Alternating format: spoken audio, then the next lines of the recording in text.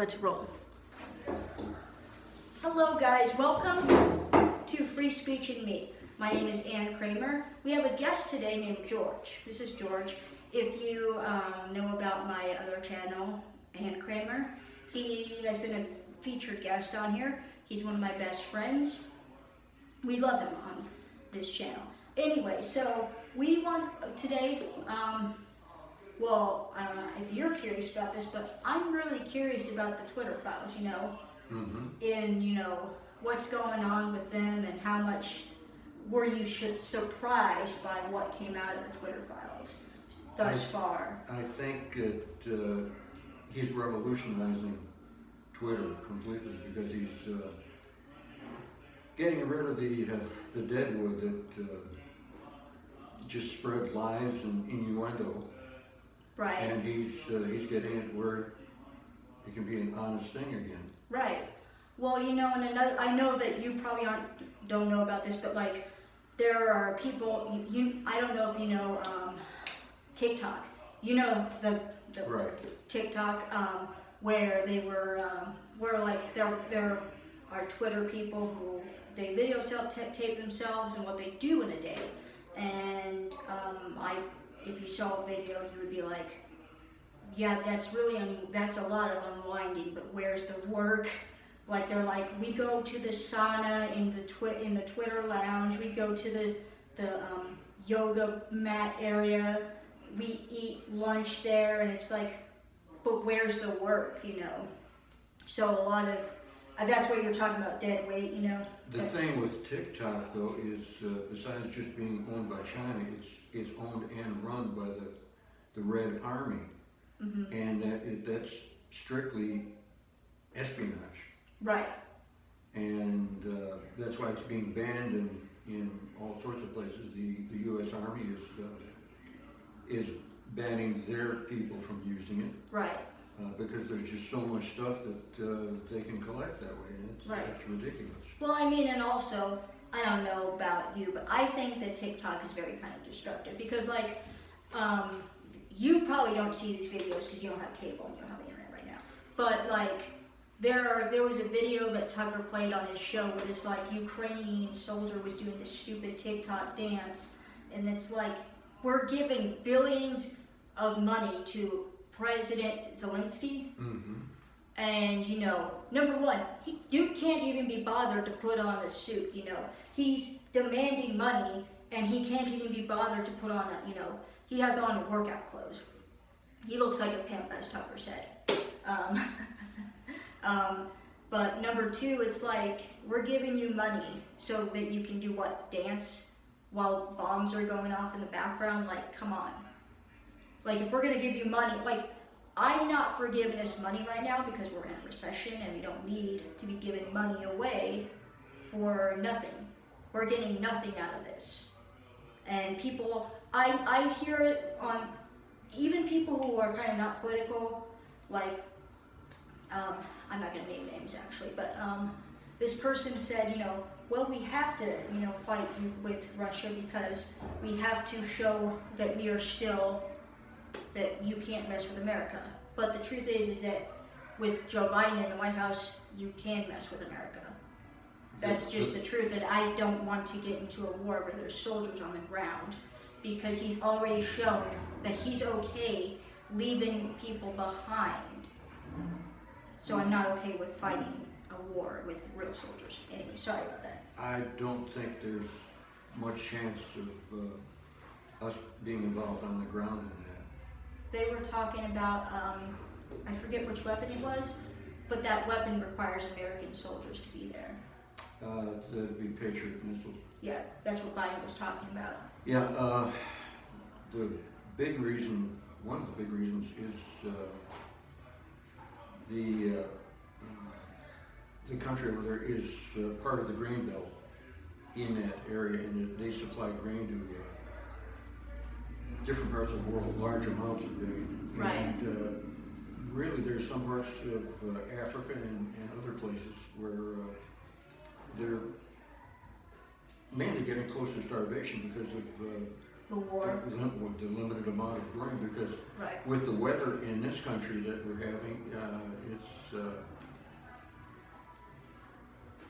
it's difficult to supply what we normally supply to other countries, what we sell to other countries. Right. And it could be a very difficult year coming up because of the shortages. Right. Well, you know, and it's also like, you know, a few months ago, Joe Biden was like, "Oh, Americans can sacrifice. They want to sacrifice." Who asked Ann Kramer? Who asked George Bauer? Who asked anyone else if they were willing to sacrifice anything? I'm not willing to be paying my mom and dad to have to pay $70+ for gas.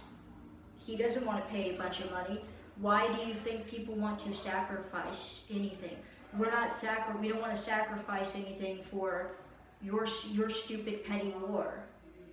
Right now, we're being forced to sacrifice a number of things because of Inflation. high taxes, the inflation he's caused by the price of diesel fuel went up so much, it's gone down some, but Because he's using our price of reserves. gas we had, and He's using up our oil reserves. Yeah, because the oil reserves were purchased at a very low price, and the reserves will have to be built back up, and that's going to cost millions, if not billions. Stupid person. And who's the Janet Yellen is her name? Man, I hate Janet Yellen. Mm-hmm. I would love to just yell at her. Mm-hmm. She's so stupid. She literally is telling people like they ask her a question about like inflation because that's her job, right? She's in charge of money, right? Mm-hmm. And she wants to talk about anything else but inflation, which is so stupid. She wanted to talk about climate change one day, and it's like somebody asked her like about freaking inflation. It's like none of them know what their job is. If she doesn't want to talk about inflation, I forget what council was that they came up with the figure, but they said in the last month, a lot of goods and services went up by 10%. By 10%. Yeah, and that's a ridiculous amount. Like what goods and like you mean like milk, or do you mean like everything, like anything? Yeah. Everything that like from changing the oil in your car to going to get some hamburger meat, that stuff, going to the hospital. There's some things that if you go to Walmart, some of the things have increased by 50% over the past couple months. Yeah. I mean Just go Christmas shopping and like you'll see the prices and stuff like that, and the lack of stuff that's on the shelves, you know, like Crayola. I want glitter crayons. I know I'm a nobody in the scheme of things. I have 63 subscribers, but please give me glitter crayons, okay? They're not on the shelves. They're nowhere to be found. I think you can find them on Amazon, but like. Oh, the price of they're trying to drive firearms out of the marketplace and away from people, and the increase in prices on firearms, even used firearms, is just absolutely phenomenal.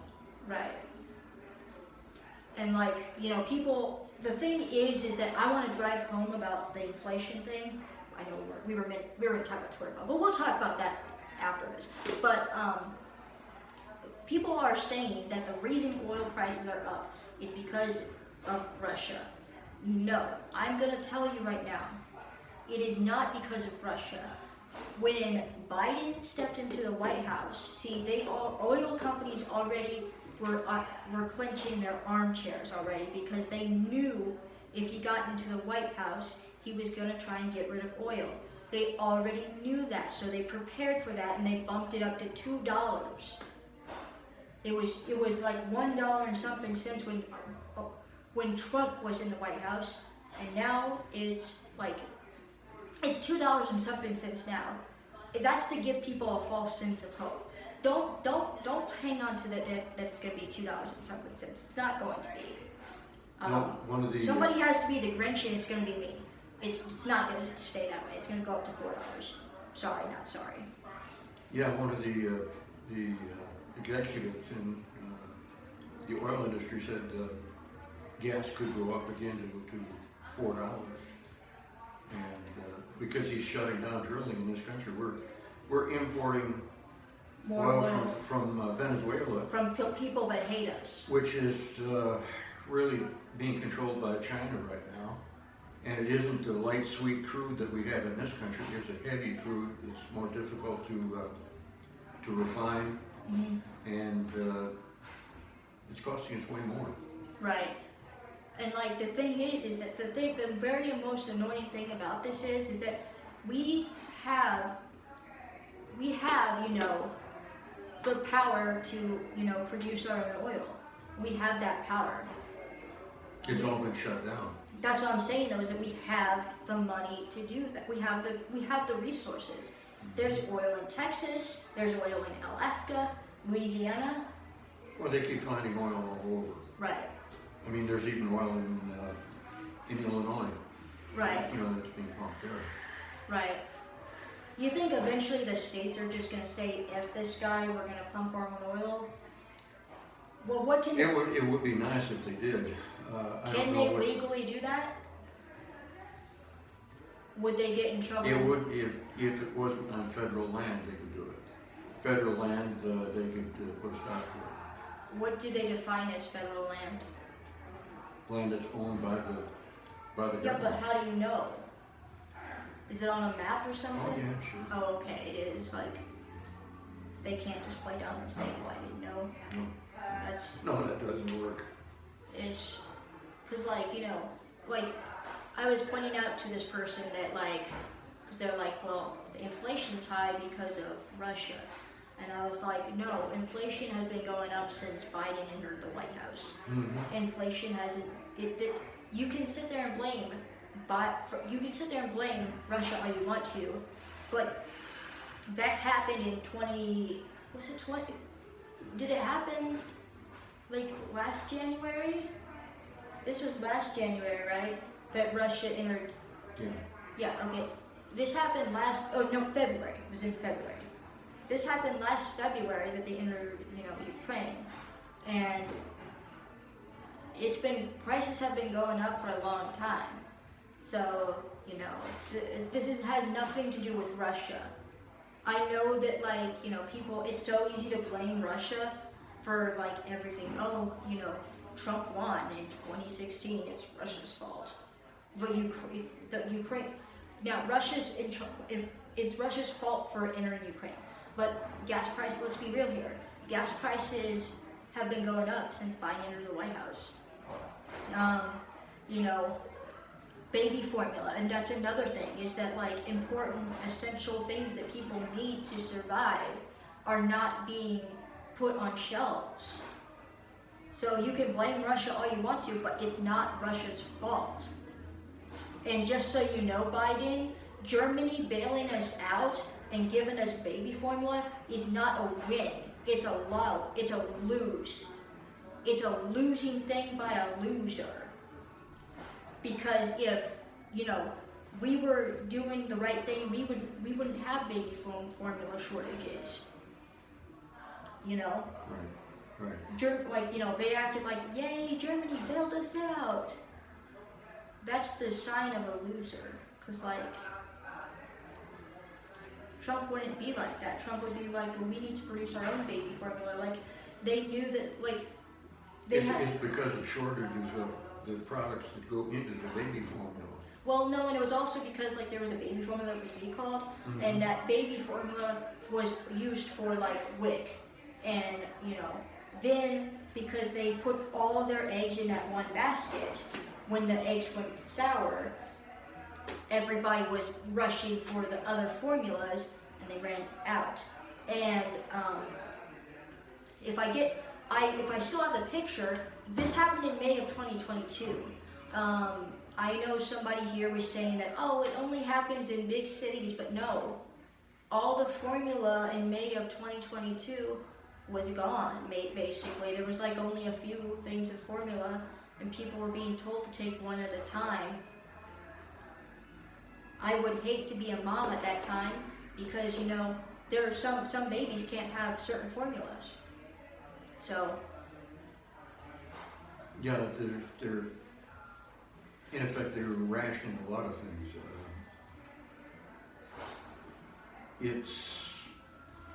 not the American way, to put it mildly. I'll put it extremely.